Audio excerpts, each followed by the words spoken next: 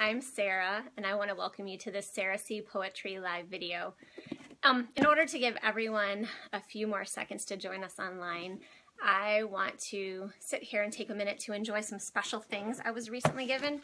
I'm not really sure why I was given them. I don't know if it's to celebrate the launch of Sarah C. Poetry or if it's because my birthday is coming up in 9 days.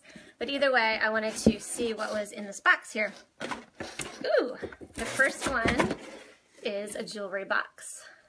Let's see what's inside. All right, that's kind of interesting. It's a box. Let's see what else I have here. Okay, not to do a commercial, but this is my favorite kind of gum, so let's see what we have here. Well, this is ripped.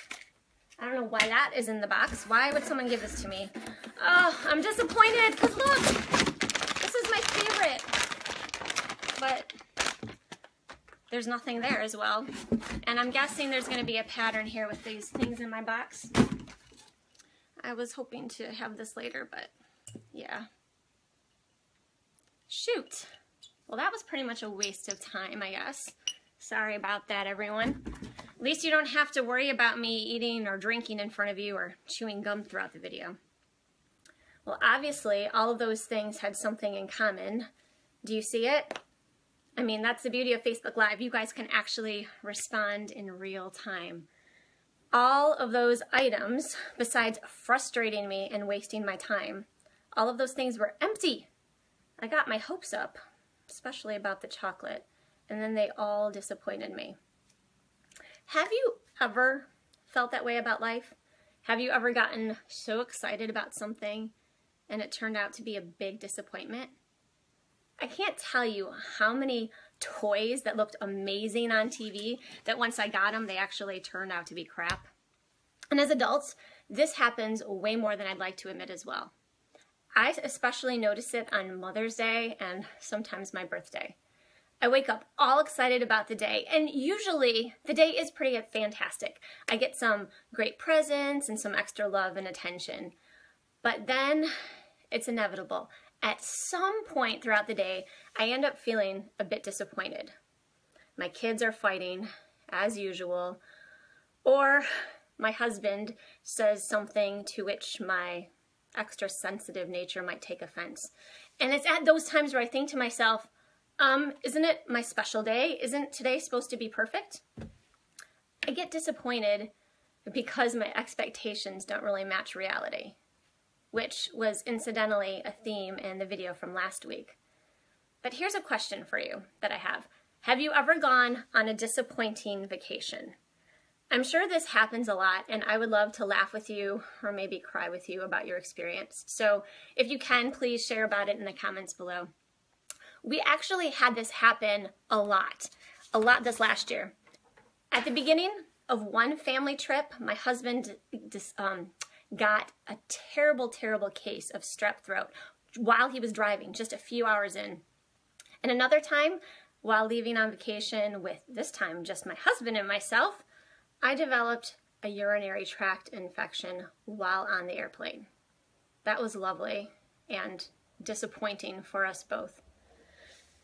Then on one of the last vacations we had as a family, my husband threw out his back just as we were arriving at the hotel.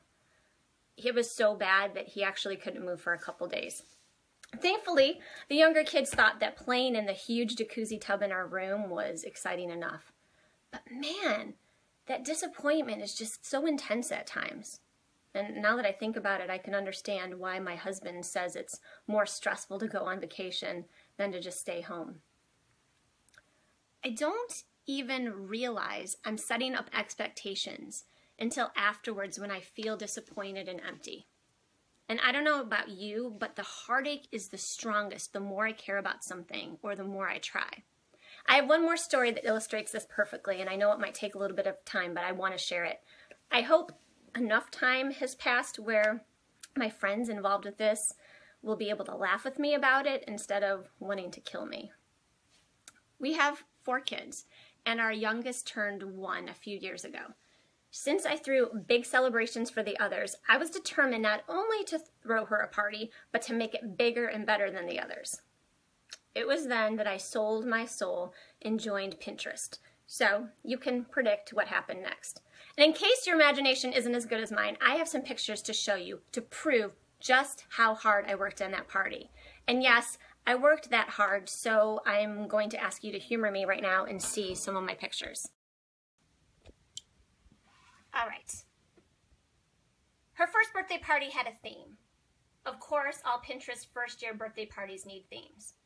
And since our daughter's favorite stuffed animal is her pink bunny, which she affectionately named Pinkaboo, I threw a snow bunny themed party. I worked for months. There I am, hot gluing bunny ears and tails to cups. I planned games. I made this awesome hot chocolate station. I crafted decorations for every part of the house.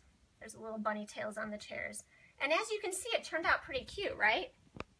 Not one Pinterest fail at all. So the day came and I was ready. Everything was ready. My daughter was ready. The house was ready. The decorations were ready. The food was ready. My family was ready. I just wasn't ready for what happened next. If it would have happened before the party started, I could have postponed it. But no, after everyone arrived, after everyone was eating and having fun, I got hit with the stomach flu. Hard. Like, it was awful. Along with the beautiful bunny bags, party favor bags, I gifted over half of our guests with the stomach bug. I'm not joking. Almost every single family was affected, or maybe I should say infected, because seriously, just a few hours after the party, I began hearing from, I don't know, it was like over 25 people who got sick. It was a nightmare. I wanted everything to be so enjoyable for everyone, and then it turned out worse than I could have ever imagined, and that's saying something since I have a good imagination. Even though those are some funny stories, the reality is that life is disappointing at times. Things and people that have the potential to make me the happiest also have the most potential to make me the most disappointed. My circumstances, my health, my family, my kids, my husband, my friends, even myself can disappoint. I try to fill that empty feeling, that longing that I have with trying harder. I try to distract myself, or learn more, or work harder, or try to look better. But even that comes up short. There's a Bible passage in Ecclesiastes 2 that takes it a step further and calls everything in life meaningless. Meaningless. The poem I'm sharing this week has to do with that. It mirrors the disappointment I feel when I'm striving for so much that only ends up disappointing. This poem is called Chasing After the Wind. I think you can use your special decoder this week and read it. And I'm going to read it to you now, the poem. You can also go on the page on my Sarah C. Poetry page and read it, but I'll read it to you now. Chasing after the wind. Stretching, reaching, straining, sighing. My hands open wide, almost there. Empty air. Laughing, buying, lounging, living. My focus is pleasure. Just a little more. Empty air. Thinking, growing, testing, trying. My goal is wisdom. Learning about. Empty air. Working, toiling, worrying, wanting. My labor is life, earning sums of empty air. Applauding, lauding, adoring, admiring, my value, myself, elevated upon empty air. Racing, moving, roaming, running, round and round I go, chasing after empty air.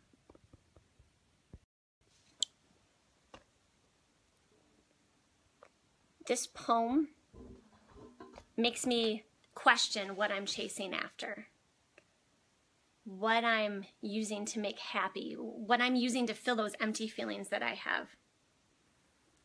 That's why doing these videos is a bold move for me. It's not just about sharing this poetry to get more likes or shares or views.